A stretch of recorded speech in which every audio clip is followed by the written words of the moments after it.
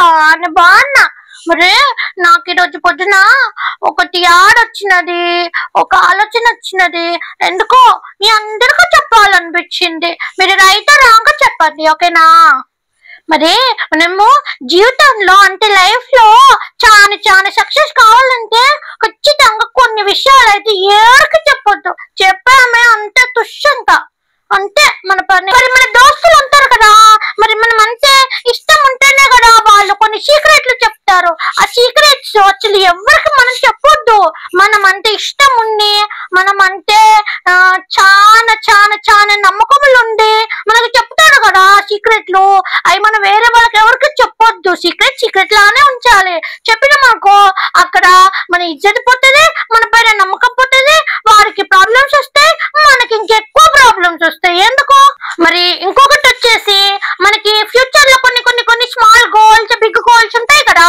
అప్పుడు future ideas కానీ plans కానీ మనము అందరికి చెప్పుకోవద్దు.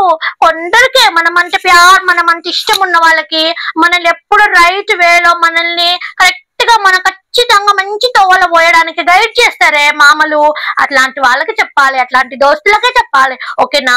మరి వేరే వాళ్ళకి చెప్పినాం అనుకో వాళ్ళు మనకి ఎప్పుడు గైడ్ చేయరు.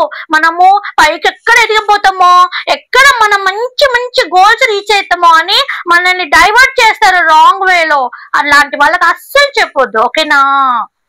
మరి మనకి డబ్బులు ఉన్నాయా లేవా, అప్పులు ఉన్నాయా అప్పులు లేవా, అసలు ఎవరికి చెప్పొద్దు. మనము డబ్బులు ఎన్ని ఉన్నాయి, ఫినాన్షియల్ స్టేటస్ అంటారు కదా, అదైతే అస్సలు ఎవరికి చెప్పొద్దు. ఎందుకంటే మనకు అప్పులు ఉన్నాయి అనుకో, ఇలా అప్పులు ఉన్నాయి వీళ్ళకి ఏం లేవని మన చీప్ గా చూస్తారు. కానీ అప్పులు మనం కావాలని చెయ్యం కదా.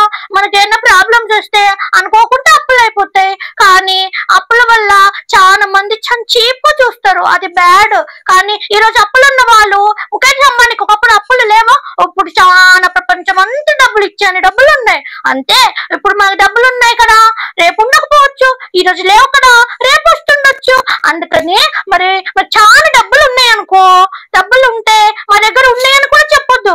ఉన్నాయని చెప్తే కొందరు బ్యాడ్ ఫ్రెండ్స్ ఉంటారు, కొందరు గుడ్ ఫ్రెండ్స్ ఉంటారు. గుడ్ ఫ్రెండ్స్ ఏం చేస్తారు, మనకి సపోర్ట్ చేస్తారు, గైడ్ చేస్తారు, హెల్ప్ చేస్తారు. బ్యాడ్ ఫ్రెండ్స్ ఏం చేస్తారు, డబ్బులు చాలా ఉన్నాయంటే డబ్బుల కోసమే ఫ్రెండ్షిప్ చేస్తారు. అట్లా తప్పు కదా. మరి అందుకనే మన ఫినాన్షియల్ స్టేటస్ ఎవరికి చెప్పొద్దు. మరి ఇంకొకటి వచ్చేసి మన కమ్జోరీలు ఉంటాయి కదా, అందరికి ఉంటాయి కమ్జోరీ లైఫ్ లో. ఒక్కసారైనా అందరికి, ప్రతి ఒక్కరికి ఒక్క కమ్జోరీ పాయింట్ అయినా ఉంటది, వీక్నెస్ ఉంటది కదా, అందరికి వీక్ పాయింట్స్ ఉంటాయి.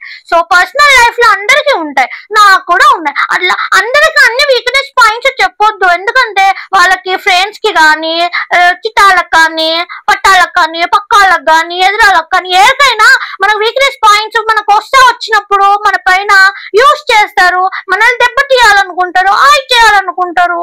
అందుకే చెప్పొద్దు, ఓకేనా? అన్ని చాలా కష్టం కదా ఫాలో అవడం. కానీ మరి ఫాలో అయితేనే కదా సక్సెస్ అవుతాం మనం. మరి సక్సెస్ కావాలంటే కొంచెం లిటిల్ బిట్ కష్టపడాలి, కొన్ని కొన్ని మనం పాటించాలి కదా. పాటిస్తే సక్సెస్ఫుల్ అవుతాం, ఓకేనా? మీకు వీడియో నచ్చితే లైక్ చేయండి, షేర్ చేయండి, ఓకేనా?